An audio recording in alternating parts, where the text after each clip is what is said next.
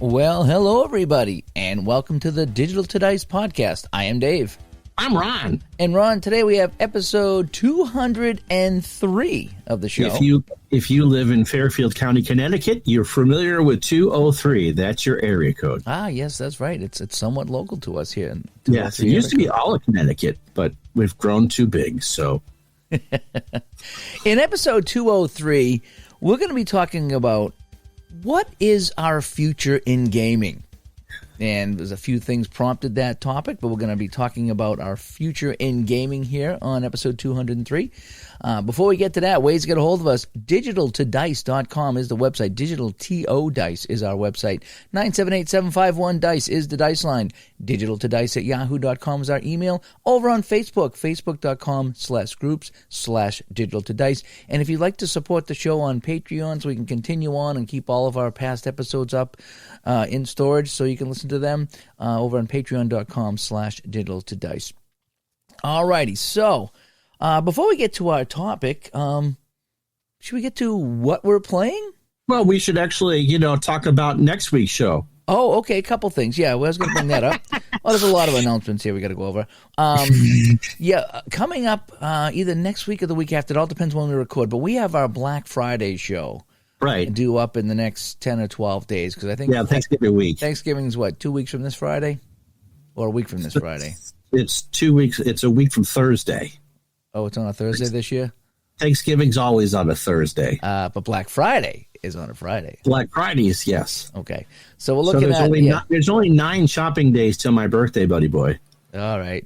I got to see what kind of thong I can get you this year. I'm still chafing from the one you got me last year. But yes, Black Friday is a week from this coming Friday. So okay. All right. So our next show will be doing the Black Friday show. So if you are a game developer, please get a hold of us, digitaltodice@yahoo.com, or send us a Facebook message and let us know what your sale is. If you're a listener of the show and you're aware of any, please get a hold of us. We do our best to track down as many Black Friday deals as possible, but it's impossible for the two of us to get all of them. So we're putting out our feelers now to developers and listeners and fans of the games. Help us build this show like you have the last few years so we can all combine our efforts and our resources and get a really good Black Friday show again. I know what I'm looking at this year, but every year there's always a surprise that comes up. Somebody will have a sale that out of the blue, or maybe something catches my fancy that I'm going to jump on. But yes, the Black Friday show coming up, so please. So Play always releases a game specifically for that weekend. Yeah, I haven't heard anything from them yet. But last year it was the tennis game that was a short release, and then they finally finished it for release later. So yes, there's something that they always kind of unearth or kind of develop specifically for that. So you never know. Yeah, so I'm interested to see what a lot of people do. I've heard of a couple already that piqued my interest, but let's see what comes down the pike.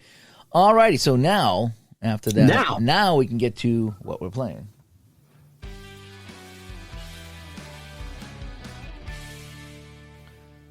And I'm actually excited because I can actually contribute this week, as I've been playing a few things.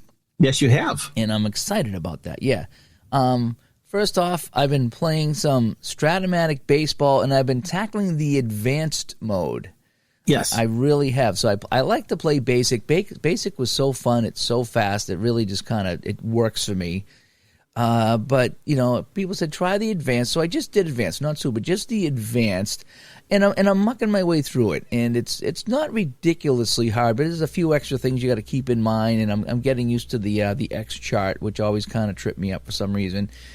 But I actually was having fun with the advanced mode. I really was, to a point. I'm not saying I'll never go back to basic, but if I can just get over a couple more hurdles, then I think advanced might be the way for me to go with the Strat baseball. Again, I love the basic. I just flew through it, and it was so fun.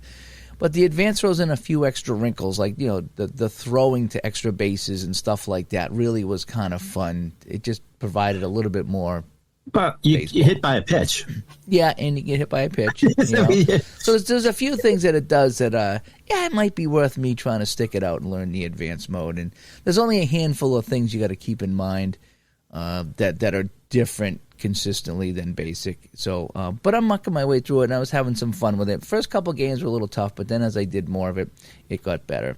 Good. Played some shootout hockey using the fast action cards on the table. I did not use the helper this time. I was just on the tabletop flipping the fast action cards, and I played a game from last season, then I played a game from 1974, and just going back and realizing how much fun shootout hockey is to play. It's really fun. I know ID Jester's been playing some shootout hockey. He's really enjoying it too. He started playing with the dice, and then I told him, says, no, do the fast action cards. So I think he printed them out, and he's been flipping the fast action cards, and I think he really loves it. So good to see him playing that game there. But I've been playing some shootout hockey. And lastly, we've done shows on giving games a second chance. Right. We talk about that. I pulled out Payoff Pitch. And I'm not sure why I did that, because I enjoyed Payoff Pitch for a while, and then I found it to be very difficult. And I tried it about 9 months ago again. I hadn't played in a while. I tried, and I didn't even get through the game. I had a real hard time with it. And so I put it away for a while, and I was like, I don't know if I'll ever play this game again. But then I was like, I really enjoyed it. So I need to go find out why I enjoyed it and why I stopped playing it. So I pulled it out, and I realized that there's just a lot of things to remember in Payoff Pitch. And so I went back and I watched a bunch of videos, and even the people doing the videos were kind of stopping and doing a double take on trying to figure out different things like double plays and runners advancing bases, and there's different ways to do that, and it's just a little confusing on how it all works. Doesn't mean it can't be sorted out and I'll get the hang of it, but boy, I was struggling. Even on a bunt, I hit a bunt and I got an error, and I didn't know who to check for the error, and it took me a while to figure that out. So there's a lot of little things in Payoff Pitch that kind of drives you nuts. But at the same time, once you figure them out, you're good to go. Like now I know exactly what to do on an error check on a bunt. There's no doubt. I think I'm getting a lot better at figuring out the double play thing. So I'm sticking with it because I was having a lot of fun. I really was. And there's been some games I've gone back to and like, something, I'm not having fun. And if I'm not having fun, then why bother trying to get through it?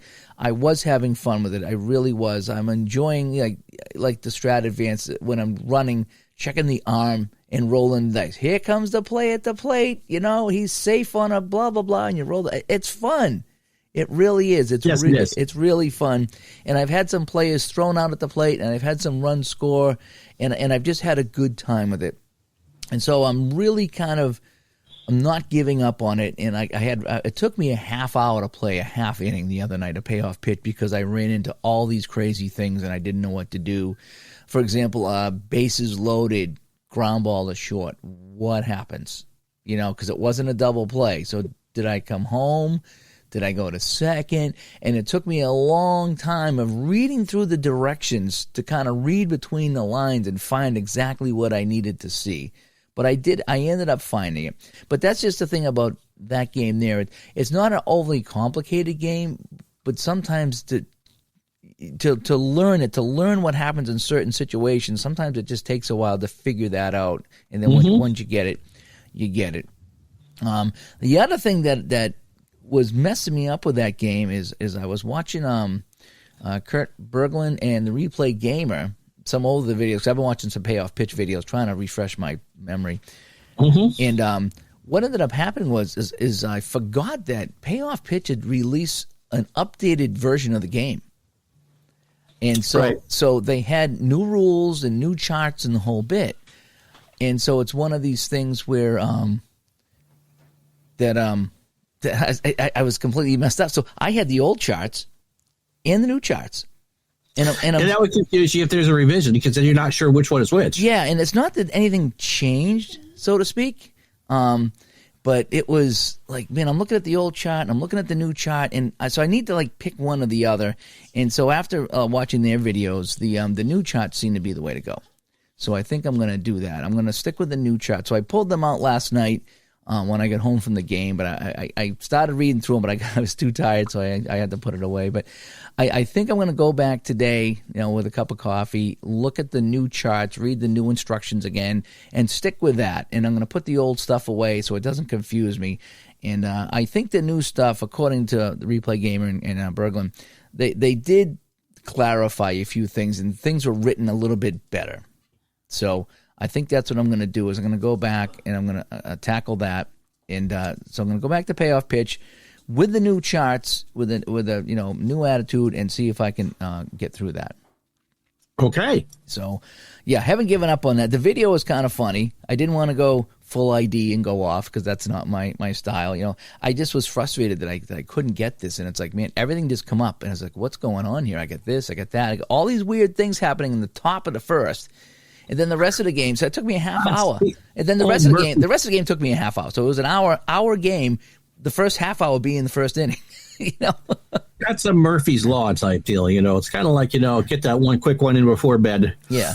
But you start at 9 and you end at 3 in the morning because of 125 innings. But the rest of the game, it's just like, ground out, pop out. Everything else was pretty self-explanatory. But once in a while, you run into something that's a little nuts. And you're like, man, how do I do this? How do I sort this out? So I'm going to go back and tackle that. And a lot of the videos helped. I watched, demos and a few other guys do some videos. And so it did kind of work out. So I think I'll get it to work, and I think I'll have some fun with it. And I got my eye on some of those seasons for Black Friday. But, yeah, so payoff pitch has been fun. Although, I don't know if it was Strat or payoff pitch. I've been doing some practice games offline.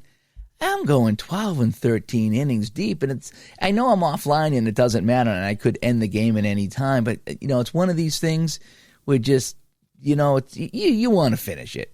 And I just, when I was done, I just threw the score sheet away. I didn't post any results or anything. It was just kind of for me to practice, but I still felt kind of incomplete not finishing the game. And just like, come on, I'm in the 12th inning. It's 1, 2, 3, 1, 2, 3, 1, 2. Everyone's going down in order. It's like no one's threatening to score. It's like, oh, what do I do here? But yeah, I am running to those marathon baseball games again. More often than not, I got to say, more often than not, I'm going into extra innings. It's like, come on, so... So anyway, so I think that's all I've been playing is some hockey and some baseball. I had a wicked itch to play some football now that things have settled down for me a little bit. Mm-hmm. And I don't know what football game I'm going to play. I don't know if it's going to be a long play game or a medium play game, drive by drive or quick play. But I got the itch for some football, but I just haven't pulled out anything yet. So, but that'll hopefully be next on the. There you go. But I think I'm going to be tackling the payoff pitch. I really want to get back to that. And then I've been pulling out my season ticket too, looking at that. I'm thinking about printing out some seasons with that. Usually I just print out the page, but I think I might print them out on some good cardstock and cut them up and play some season ticket as well. So, but that's what I've been doing. So I started after some of our audience was unhappy with the way that baseball's postseason is run. And so instead of doing a current postseason for baseball to end the 2023 season, I'm taking the what I'm calling the traditional World Series. So the best record of the American League and the best record of the National League. So the Baltimore Orioles and the Atlanta Braves. And so Friday on my channel, YouTube channel or Twitch, I did Game 1. Can you talk about a marathon game? Mm-hmm. So what are you doing differently? What's different is, again, just the top record in the American League versus the top record of the National League. Oh, I see. So that would be the traditional world, pre-1969, no playoffs. So that would have been, if we did it like the 2023 season like we did 1968, it would be the Orioles and the Braves. What do you think about that? Let me just take a sidebar here. What do you think about that? I mean, do you think that would work in 2023, just the top two teams and that's it? No. I honestly think that if they hadn't have expanded the playoffs the way that they have, that baseball would be in some serious trouble. You need to have franchises that, go back to some of the races in the 50s and 60s, and the Yankees would win by 10 games. The third or fourth place team would be 20 games, 25 games out of first place. In a world full of 5-second attention spans, why would you pay any attention to your team if you knew on the 1st of May that their season was done? Yeah. because I do remember that as a kid, watching baseball, and I'd be like watching, the standings. I'd be like, well, here's a team like Cardinals. I remember the Cardinals were always bad for some reason, and like there's 17 games out of first place in August. Why would anybody want to watch the Cardinals right now? Right. Or if I'm looking at, the Red Sox were always close. They were always in second or third They're place. close, yeah. They had magic numbers from time to time, whatever. But there was a lot of teams that were always at the bottom, and I'm just like, who would go to these games? Why would they be on TV? And why would anybody care about them? They're so far back. They have no shot at the playoffs, because, again, it was just a top team back then. So the idea of at least adding other teams in the playoffs, it gives more teams a chance. Again, the bottom teams are still out, but if you're middle of the pack, you still gives you the trade deadline is around the last day of July, and do you go for it or do you sell? And I think it keeps people's interest in there longer, because you go back 45, 50 years, it was baseball in the summer. Now the NFL is year round. And so people bet on preseason football. I know, right? I know. I don't know, but they do. And the weather's nice, and there's just people are a lot busier than there. And so, yeah, I think that you have to do that to keep cities interested, and franchises interested, and fans interested. I mean, there's lots of other things that baseball could do, but that's one of the things that I don't have a problem with it. I honestly don't. And let's face it, the NHL survived for years playing 80 games to eliminate the Quebec Nordiques. The Quebec Nordiques, yep, and the Pittsburgh Penguins. That's great, delightful. And so, yeah, that is what it is. So anyway, there was enough grumbling from fans who are more traditional base, or why can't we do this? So we'll do a best of 7 between the best record in the American League and the best record of the National League. And so I only have done game 1 so far in Atlanta, and the game went 16 innings. Took me an hour and 38 to do the game. Now, it was a classic. I mean, Baltimore was up 5-2 in the 8th, and they lost their closer, however, back in August. So the Orioles were going to try to win the World Series without an established closer. Good luck with that.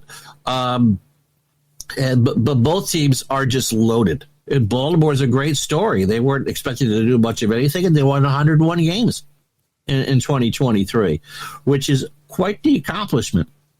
The Braves won 104 games. The Braves are loaded. There's 40 home run hitters now up and down that lineup. It kind of makes all the strikeouts kind of almost secondary, because if you make contact, ball go far. So the Braves won game 1 6-5. They left on 20 runners or whatever, but it was, again, every time I go through, and because I don't watch a lot of TV or anything like that, but when I go through and play some of these teams, and I'm not sure if we talked about my Strat 2023 versions in hockey on the show or not, because we've been busy. They've been fun. That was a fun game. I'm looking forward to game 2 to see if tomorrow, Monday, to see if the Orioles can do, if they can come back from that. There's some good storylines there. I mean, it really is kind of like the Bad News Bears. Nothing was expected from Baltimore. Now, what are you playing this in? The Baseball in Action PC. Okay. Because Dave does the playoff teams, so you could have pre-played the World Series with the World Series and all that. Oh, nice. Okay. Last year, I pre-played the World Series and actually got it right. I got Houston in 6, and that's what it was. Philly 4-6 games. And it's a good way for me to get familiar with these things, because I think that we've talked about this before. There's just such sheer volume of what you can watch out there. Mm-hmm. That there's kind of a paralysis, and none of it's really special anymore. Yeah. And so you want to take your time to do it. So I really enjoyed doing last year's pre-play of the World Series, and I think I'm going to enjoy this, especially since my 2001 World Series was a 4-game sweep by Seattle. Okay, good for them. I made the story. I got the story that I wanted, but so doing that. And the other thing was that I've done a couple mini tournaments in Stratomatic hockey. I took your Bruins, mm-hmm. and played Vegas. I think I talked about this the last time on the show. The Bruins got blown out in game 1, 7-1, and then steamrolled the next 4. In fact, they were down in game 5. They were down 3-0 in the second period. Oh, and wow. you can just see Brad Marchand go, no. Yeah, we're not blowing this. Right. That Gardner guy up in Saugus is just going to, they can never win at home. So they did. They scored 5 straight to win that series. So the Bruins beat Vegas in 5. 2 entertaining teams. Jeremy Swayman is an underrated goalie. And Hampus Lindholm is my favorite hockey name ever. And so afterwards, I took the two Canadian-based teams with the best records and played them off. And no, it wasn't Montreal. Toronto and Edmonton. Oh, and nice. you and I have talked offline for the last couple of years. Why does Edmonton, with all that talent, right? How have they not won? And, seriously, Toronto cannot be the underperforming stepchild that they've been for the last 50 years. Well, the 80s called. They not only gave us our, shoulder pads and all that. There must have been 40 goals scored in those 6 games. Oh, Edmonton won the series in 6. But I had 8-5 games. I had 6-4 games. I had tired goaltenders, again, in Strat. Stuart Skinner is the primary goalie for Edmonton. And you could just kind of see him choke during games. Edmonton raced out to a 3-0 lead in that series. And Toronto fought back to force a game 6. They really need to trade McDavid to a team that can do something. Just for the better of the NHL, McDavid needs to win a Stanley Cup and put him on a team that can do it. Did you see that Bedard has 14 points in 12 games? I know. Yeah, I feel bad for that kid because all the time on Facebook I see it's like only 1,400 more goals to catch Gretzky. I'm like, why are you doing to this kid? He's 18 years old. He could be the future of the league, and already you're setting him up for failure with all these stupid things that they're saying. It's like, just let him do his thing. I don't know. They haven't asked him what he thinks of Travis Kelce. I get trouble for mentioning someone. But can't mention that anymore. But yeah, so that was fun. That was fun. Yep, all sorts of offense. I kept waiting for Grant Fuhr and Andy Moog to pop out and play some goal because but when you get games like that where they're highly games with a lot of offense, they can be extremely fun because again, it's all theater of the mind.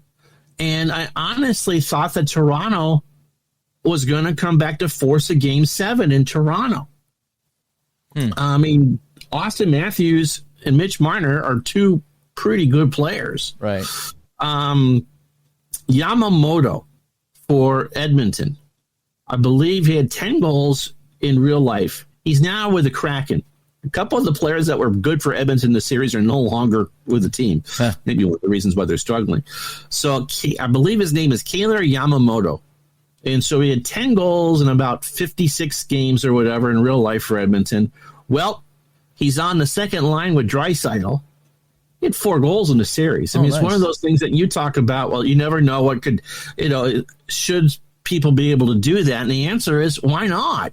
As long as they can accept to do that. So I had a lot of fun with that. So last night I started because I'm liking the mini tournament thing. And just posting the results on the Facebook group and with that. I'm in the middle of game 1 between the Bulls and the Pistons, replaying that 90 Eastern Conference final, which went 7 games. Oh, nice. It was the best of those Detroit teams. They destroyed Portland that year in the final. And then the next year was the year that the Bulls broke through in real life to start their 6 championships in 8 years or whatever it was. Yeah. But it was, I haven't had any technical fouls yet, but you could just tell, just looking at the cards, they don't like each other. And that's kind of the magic of all this, is that you know some of the backstory. So when you see the result on the card be blocked, you can just hear what Bill Laimbeer might have been telling Scottie Pippen with his hands in his face, and Jordan's tongue is flying everywhere. I played a game of Apple hockey a little while ago, and I had the goons in there, and I forget what team it was, but it was, I think line 4 was out for each team, and it was a penalty check, and it was a major penalty, and it was just like, who is he going to fight? Well, he's going to fight the fighter on the other team. So it was fighter A and fighter B, and it was like, this is the matchup everybody wanted to see. So, yeah, they went at it. They went at it, and I forget who they were, but it was Goon 1 against Goon 2, and they fought, and it's like, yep, that's what we came to see, and that's what we got. The two guys fought. It was kind of neat. There's a great video, and they've got, and I don't know when they did it. It's from the NHL. And they've got, a couple modern day fighters. They got them mic'd up. And you know that they're going to go. And one of them tells the other, look, I separated my other shoulder. Don't punch me there. Oh, okay. I won't. Yeah. And they're gentlemanly a bit. Yeah. They're going to fight. It is funny. They tap each other. You want to go? Yeah, okay. Good luck, buddy. Yeah, good luck to you, too. It is. And they pound the crap out of each other. And one of the clips in that 10-minute clip was, hey, we're going to go work out this season. In this off season together, yeah. Good fight, buddy. Good, I know. it's like it really is an episode of Shoresy and Kilkenny, right? I kind of like that because it's like guys not hating each other. It's guys doing their job. They're respectable about it, and just Now there is sometimes people get into fights and they're completely mad at somebody, but other times it's just part of the game, and it is what it is. It's like, good job, Goody, good job. Yeah. So sometimes it gets a little personal and all that, but yeah, I just had to laugh. Yeah, don't hit me there. I fell the other night. Don't hit me there. Oh, okay, I won't. Yeah. So one thing you suggested to me, and this might be a segue into our topic, is remember you saying that play Strat baseball on the computer, but set it to all advanced. Yes. And that'll help me with it. And I did that. And I only played a couple of innings. I was going to work or whatever. But I set it all to advanced. I was like, something? Yeah, this will really help me play advanced on the tabletop. And so I did that, and it worked. And I was like, wow, that is great that I could do that. And I haven't gone back to it yet. But I think I'm going to I think because I got my new computer, I lost all my seasons. I think I might have saved them, and maybe I could bring them in. But I think I'm going to start over with advanced. Pick a season, pick a team, and play through and see if I can do it that way. That'll probably help me play the tabletop version of it, too. But, yeah, that was your suggestion, and that was a good one. So that might be a nice little segue into what is our future in gaming. Mm-hmm. So let's get that right now.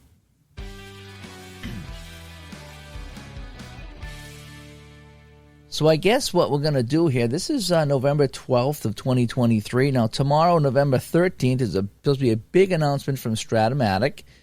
They've been teasing some things for a handful of days now, and it looks like what they're going to be doing is some sort of a mobile baseball game, is what the speculation is. Mobile or web-based. Mobile or web-based game, yeah.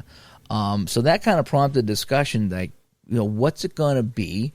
Is it something that, either one of us would play? And we've talked in the past, like, what is the future of tabletop gaming, or even, if you want to include the PC versions of games or whatever? And you've always said that, the person or the people who get the mobile gaming going first, those are the people that are going to be in the lead, because a lot of people now are playing the fantasy stuff. The gambling's kind of big now. Oh, it's huge. And so, and now it's legal in a lot of places. I know a lot of my friends are gambling on football and hockey. They get the DraftKings or whatever it is. I forget what they do there, but I don't know how to daily fantasy, which is essentially you're betting on the ponies, except for it's football players. Yeah, and I have no idea how to do this stuff. It's like, can I put $50 in the Bruins to win the cup? Oh yeah, I can do that. Well, how? Well, I have no idea how. You know what I mean? I can't figure that out. But they're all they're good at it. They can figure out all this and plus 200 and 105. I don't know that stuff. Back in the day, I would pick against the spread. That's what I did. I played the football card. I take 4 teams against the spread, and that was the extent of my gambling. But if you want to incorporate, somehow get people to play, Strat or App or any of these games, how do you bring in new people?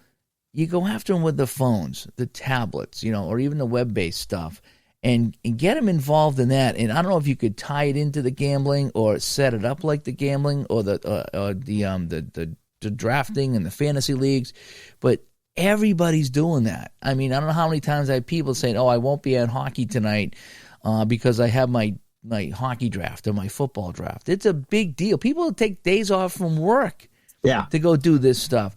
So if somebody could tap into that market, that would be a huge step for not only for the hobby, but for that company there to kind of take the lead. So there's been speculation about what this announcement from Strat's going to be. Is it going to be some kind of a mobile thing? What is it going to be? I would love to see some kind of a mobile Strat game that would tie in to the PC so I could use the seasons that I've already purchased to play on my phone. So again, I'm sitting at the doctor's office. I'm wherever I am. I'm doing a game in between periods. I can start playing a game of Strat. That would be fantastic. Do I want to start buying all my seasons again? Well, no. But I mean, in the right situation, something like this might work. Yeah, and Dynasty League is all web based. I guess they do print cards too, but you can play all that on the web, and there's AppAgo. So some of that's there, but no, I don't think anyone has quite captured the I'm stuck for 20 minutes. I can play this on my phone market, which I think is by and large the future of that. There are, as you said, millions of players who do fantasy or bet, football. I think in the next 10 years or so, football will start to outpace baseball as far as the hobby is concerned, because football is the number one sport in the country. You can bet on it. It's easy to understand how to do that. Either you pick the players for your daily fantasy thing, or you take a point spread, or you take the over-under. I mean, it's very easy to bet on football and to make money on football. You don't need to know. I mean, I used to buy, not to bet on, but just because of the numbers thing, these 400 or 500 page books every year about, and it would give you, how the Giants did against the spread, and what was their record the last 7 years on grass, and what happens when Phil Simms ate pork chops on the Saturday before a game without applesauce. I mean, you can break down anything you want.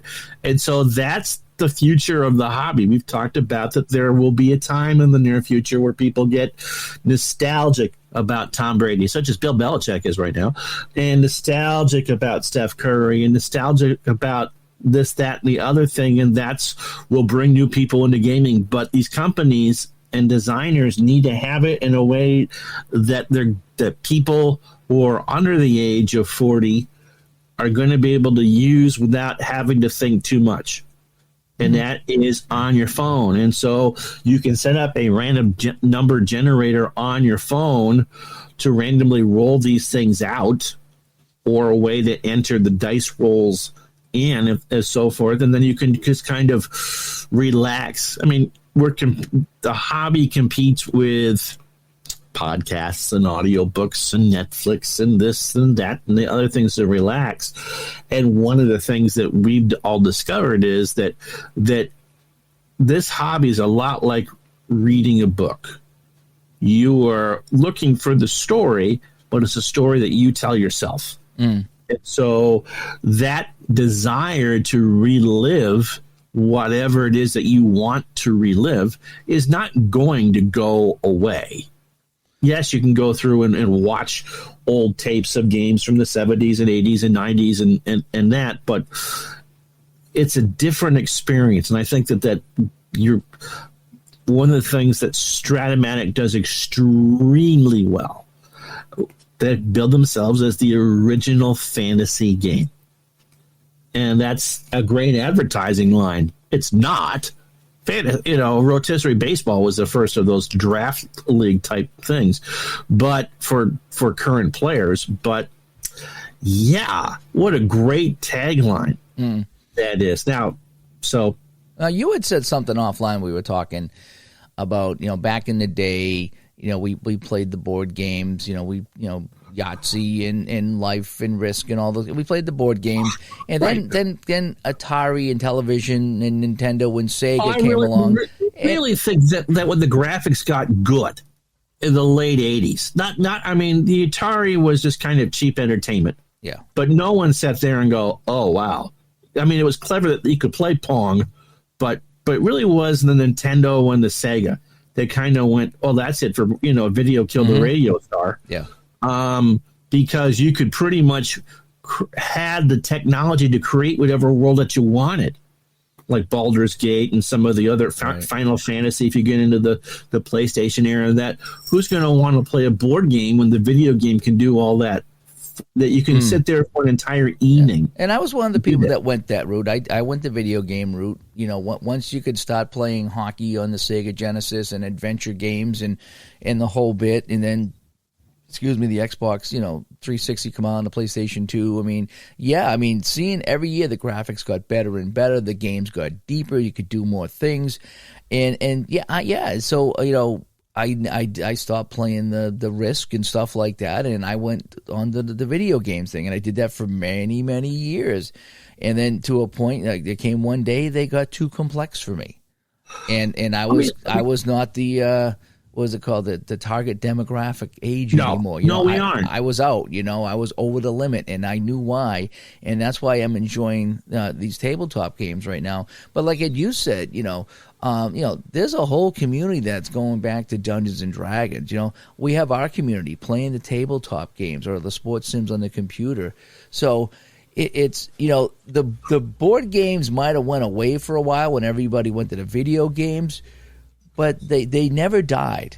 And have you seen how many different versions of Monopoly are out there? Oh yeah. There's all these ones. Every city's got one. Every sport's got one. Every sports team's got one. And obviously these things have to sell. I mean, it costs money to make product. Yeah, and again, it's you don't go over people's houses and see them playing board games all that often, and playing games online are easy. You sit on your couch and I sit on my couch and we can play and talk with each other, so that's a big deal.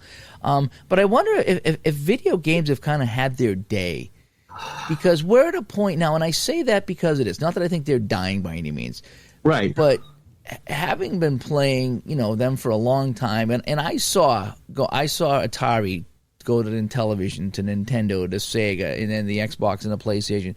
It's to a point now, I would say in the last 15 years, and generally speaking, the graphics, you can't top them. That's it. No. I mean, maybe things a little bit smoother, maybe the AI is a little bit better, but for the most part, if you take a game from 2005 and compare it to today, they're pretty close. Yes, to today, graphics are much better with whatever the new processors or whatever, but it's not like going from the Atari to today. I mean, the last 10 or 15 years, the graphics have been fine. I've enjoyed them, and they can't get much better. I mean, they've kind of peaked out. It'll be the AI. So it's like, I know they've tried to go the VR route, but not everybody can play VR. No, makes a lot of people get motion sick from the VR. Yeah, I do. I can't do the VR. And VR doesn't stream well at all. And it's just like, so you're playing Madden or NHL or NBA 2K. It's like the graphics are the same because you can't notice a difference anymore. They really can't. And so it's basically a roster update every year. Maybe they I don't know, add a new rule or a new tweak or something like that. But the games for the last 10 years have been the same. You've topped it out. You can't go any faster or any better. They are where they are. And so I just wonder if the video game thing, if they've kind of peaked out. I mean, you can't get any better. I don't even have the new PlayStation or the new Xbox because I have no need to. I mean, I'm very happy with the old ones I have and the graphics that are on them. They're fantastic, and those games are fantastic.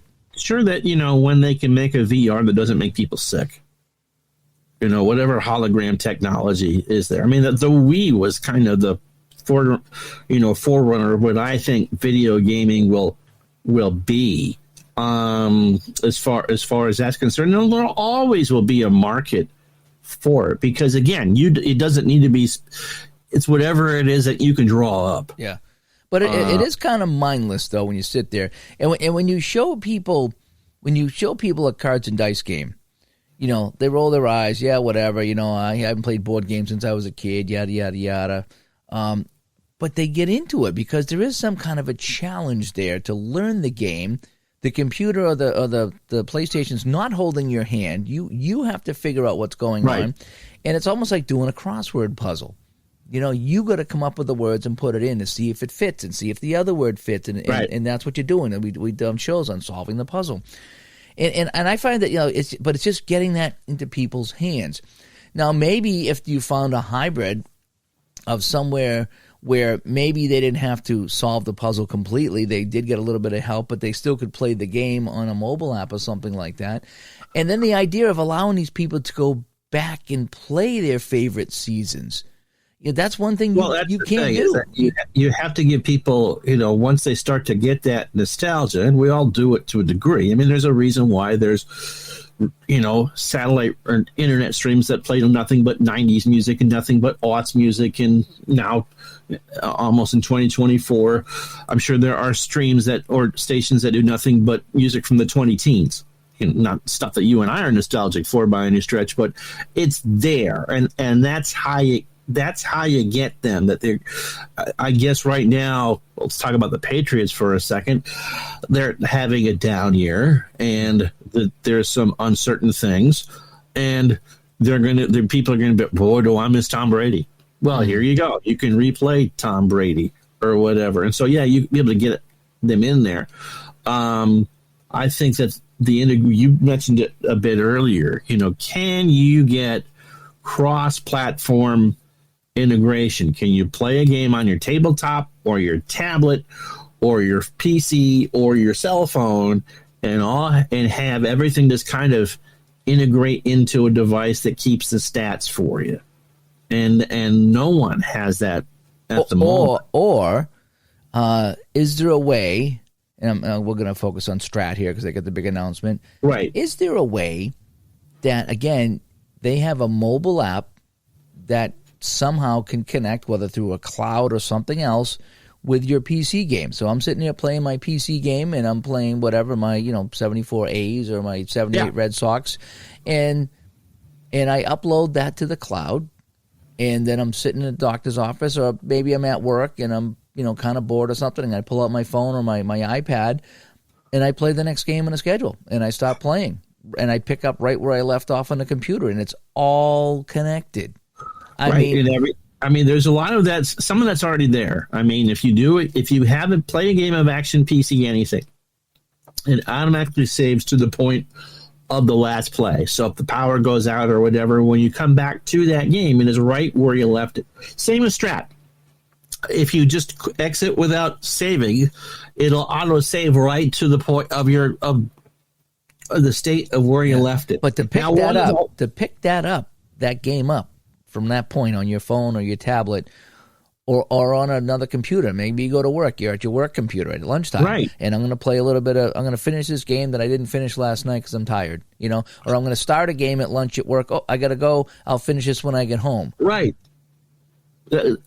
Or what you have talked about in the past, because in the hockey game for Stratomatic, they have the utility, which allows you, if you own the cards, to play the game on your tabletop and enter the results on the computer, or have it flip the cards and all that. And the one thing that I've agreed with you on lots of different things, but the one thing that it doesn't integrate with the computer game itself. If it integrated with a computer game, that would be the perfect thing, because you could play on your tabletop or play on the computer. Mm-hmm. That's where, with the cloud, that's, I think, what we're both hinting at here. Is that's a bridge that really needs to be built. And I don't understand why in 2023 it hasn't been built, except for the fact that is there enough market there to put that product out? Now, here's another thought. What if this was a companion for your cards? So you can have your phone on the table, you're playing your game, you put in your lineup, and it's almost like a companion where it's just like, okay, so here's the pitch, it's a strikeout. So you go to your phone and hit K. The next batter comes up. Now it's Fred Lynn, let's say. Oh, he gets a single. He hits a single. I wonder if that would be it. I wonder if it would be some kind of a mobile companion that could keep your stats on your phone, and maybe you could play against someone else that could put in their stats on the phone, you know? Yeah. Oh, absolutely. The other thing that needs to happen from some company is you need to do it for another sport besides baseball. Baseball is a market that, what our friend Bernie Strom says, there's 94 baseball games out there. I think baseball is the biggest, though. That's the place I think you start. Yeah, I think you have to do it with there because that has the biggest market share. But there are enough people who play football would be perfect because, again, we've talked about it before. If it takes you 2 hours to play a game or an hour and a half to play a game and you only have 15, 20 minutes at a chunk, again, sit down on your phone, sit down on your PC, sit down on a tablet, sit down with your cards and dice and do that. To integrate it all together, I think more people would play. And one of the things that was talked about in the official Stratobank forums was, why are basketball and hockey so not well regarded as far as attention to the company is concerned? Well, again, it takes longer to play some of these games, but if you make it easier to play, maybe you draw new customers to do that. And so, but again, it takes a lot of programming know-how, integration. How do you do all this and to make it work? Because if they announce beautiful widget A tomorrow, and by noon on Tuesday, we hear about how awful it is and how I can't connect and do this, that, the other thing, you can literally trash a product before it has a chance to hatch itself from the egg. Right. We talked about a couple shows ago about the release of City Skylines 2, which is pretty much an unfinished game that we all paid $40-$50 to do a paid beta for. It's still not ready. It's better. But again, the company that released that, people know when they buy their stuff, you're essentially doing a beta for the first 6 months. There is no way in purgatory that a Strat or an Appa or even a Dave Cook could survive releasing something that wasn't completely ready. Right. All right, so let's do this out as we kind of wrap up here. As we're talking about the future of our game. Well, there's also one other point I want to make before we wrap up. I don't think cards and dice as a physical product is going anywhere. I don't think so. You keep hearing that, but like every year you hear that, but it's. I don't think it is. I think people want to. They want to touch the cards. You want to have the cards. That. And with PDFs, why should it? You don't have to keep any stock. It's a digital file. If you want to print out something, you can do that. Right. We'll sell you the product. Don't give it to anyone else. I mean, there are piracy issues involved with that. But as far as again, the tactile need to do A, B, and C, again, people work on computers all day. They don't want to come home and do that. And again, there are lots of people who are under the age of 50 who play Dungeons and Dragons. Now, again, that's a group effort and it's a role-playing game, but it's physical dice and physical charts and creation with that. And so, yes, I honestly, it may not be the top of the sales anymore, but people are going to want that product and they're going to discover that product. I mean, we still, in the day and age of Kindles and e-readers and that, you still find paperback books. Oh, yeah. Books haven't gone anywhere. Now they've taken a hit, and a lot of people will read electronically. But, books haven't died. They haven't. Now, there's a lot of things in the cloud and on the computer and on the internet, and you can access things immediately, and I get all that. But they never completely died. And cards and dice, I don't think will completely die. No. Now, will the customer base dwindle a little bit? Maybe. As more older people like myself, people get older like myself, they want to stop playing some of these things because they find it intriguing. And again, you don't want to be on the computer all day and all night. That's another reason I think cards and dice might work. But if there's a way that gap could be bridged, so I could use my cards and dice and either kind of have it work with my phone or tablet or my computer on the internet somehow. If we could just kind of connect everything. I think that would be the way to go for the future of this hobby. Is just, because everyone's on their phone all day long. Let's just face it, everyone's on their phone all day long. Maybe not the older people, but for the most part, everyone's on their phone. If you want to expand that to the younger people who are on their phone all the time, give them a reason to play something on their phone. I think it is. So I guess my question to you is, yes, okay, so you're the head of company A, and it's like, okay, Ron, here's what we're going to do. We need you to figure this out. How can we future-proof the company here? How can we get more younger people playing the thing? What are you going to do? What is your suggestion for the future of company A? Okay, there are woof to you too there, CJ. Two things. A, again, whether I'm playing the physical product, the product on the phone, the product on my tablet, the product on my PC, that whatever the project is, integrate it through all those different things. I mean, you have the cloud and you have AI, and so make sure that I can either play against a competent AI opponent or my college buddy who moved out to California and I live in Massachusetts to be able to do that. And so maybe he's doing from his tablet and I'm playing with the cards. That would be the pie in the sky thing. The other thing, as I thought of when you mentioned that, is look, you watch, not you specifically, but we all watch the 9-10 minute clips of whatever game we want to see. We don't need to sit there for the 2.5 hours anymore to watch whatever it is, baseball, hockey, football, basketball. Go watch a 10-minute clip and get everything there. You can play a complex baseball game online in 25 minutes. You don't need to take and advertise the fact that, look, you could play a complete game of Sport X in 45 minutes. Every play in a football game, you can do it in an hour. And if you do it with a buddy, you can do it in 90 minutes. You can do it. That's how you sell it. Because, again, attention span, it's always there.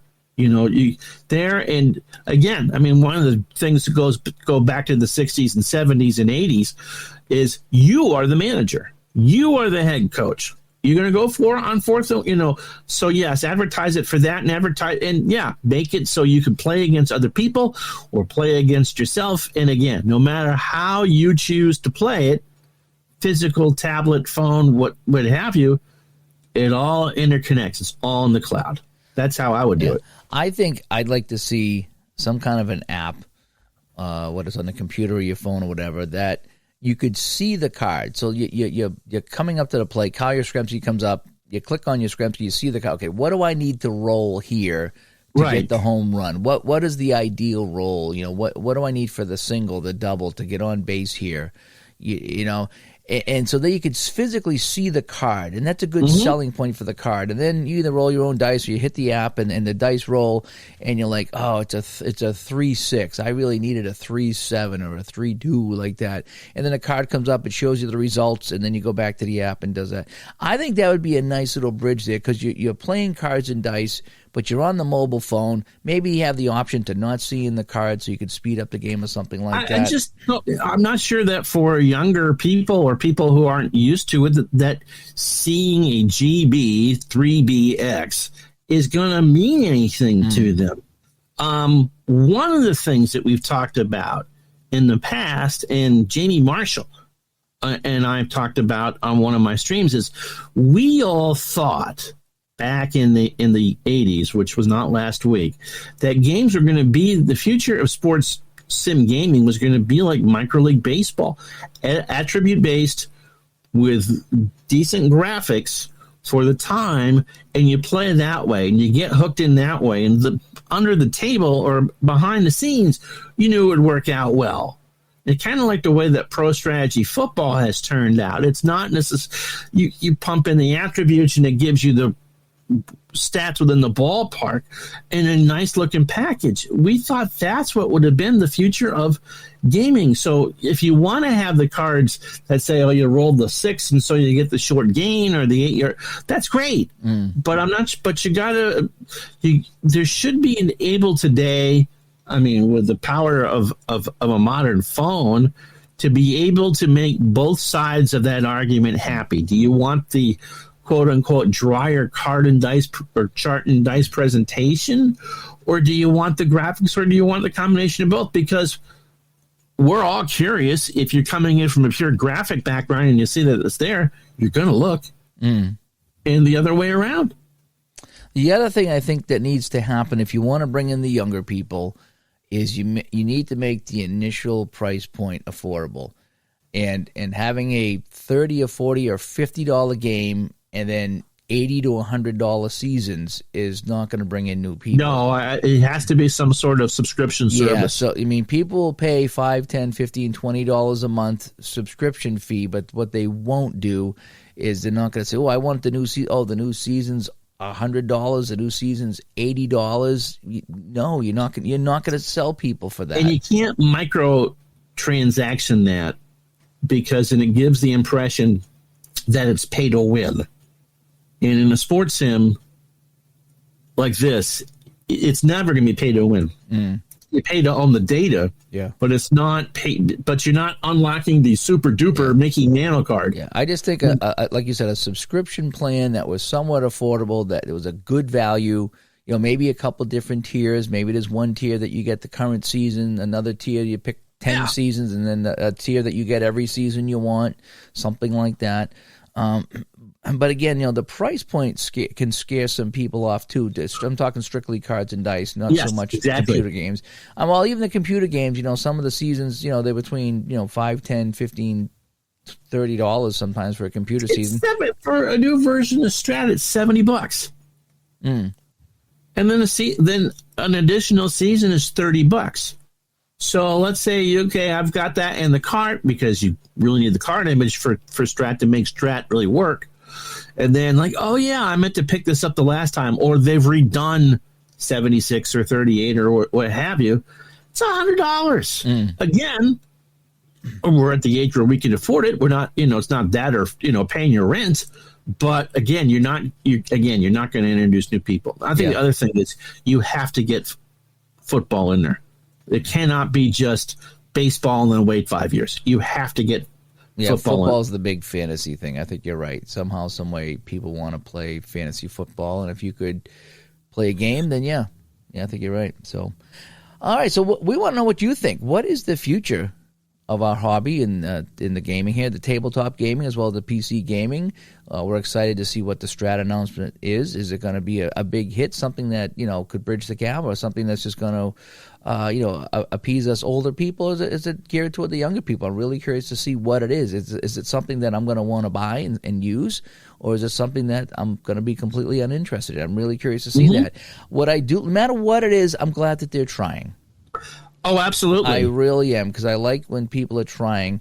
And I know that, you know, I talked about payoff pitch earlier, and I know that Joe was talking about, he's like to make a PC game out of payoff pitch. And boy, that would be fun to have a payoff pitch computer game that you could, you know, assimilate the cards and dice into it as well. And so that's the ideal, you know, to do stuff like that. As my dogs start barking uncontrollably. So we should probably wrap this up. But we want to know your thoughts on the future of gaming, and what would be your suggestion? Again, put yourself in a position. You're the head of the company. What are you going to do here to future-proof your company and get new people to play your game? So we want to know. So here we go. So you've been listening to the Digital to Dice podcast, episode 203. We talked about what is the future of our gaming hobby. We have 3 stars or no? Oh, jeepers, yeah. Yeah, let's get our 3 stars here before we get going here. Let's put on the brakes here. Good catch on that there. Yeah, let's get our 3 stars in. So, all righty. I have them written down, too, but they were just off to this under my other notes here. All righty, so let's get our 3 stars going here. You do notes? I do notes all the time. I do. I take notes. I do. Even while we're doing the show, I take notes. All righty, our 3rd star, old school, number 3, a Red Sox fan. Yay! Al, thank you so much for supporting the show. He was showing off Pater the other night. He's been showing off a lot of crazy things. Yeah, it's been kind of fun. Number 2 star, old school again, Eric Smith. Woohoo! Eric, thank you so much for supporting the show. And our number 1 star here, in no particular order, in episode 203 is Robert Mancini. Yay! Robert, thank you so much for helping us out on the podcast. All righty. So, now let's wrap it up. Here we go. All right. We'll try this again. Ways to get a hold of us. digitaltodice.com is the website. 978-751-DICE is the text line. You can send us a text, and we may or may not use on the show. digitaltodice@yahoo.com is the email. And over on Facebook, facebook.com/groups/digitaltodice. All righty. So, again, the Black Friday show coming up. We'd like to reach out to everybody to help us find some Black Friday deals that we can talk about on the show. So we all combine our efforts. We have a really good show. We can all save some money and support some developers this Black Friday once again. So please, digitaltodice@yahoo.com is the best place to send your Black Friday deals that you're having or that you found out about. So, anyway, I'm Dave. I'm Ron. Guys, thanks for listening. Until next time, we'll talk to you later. Bye-bye.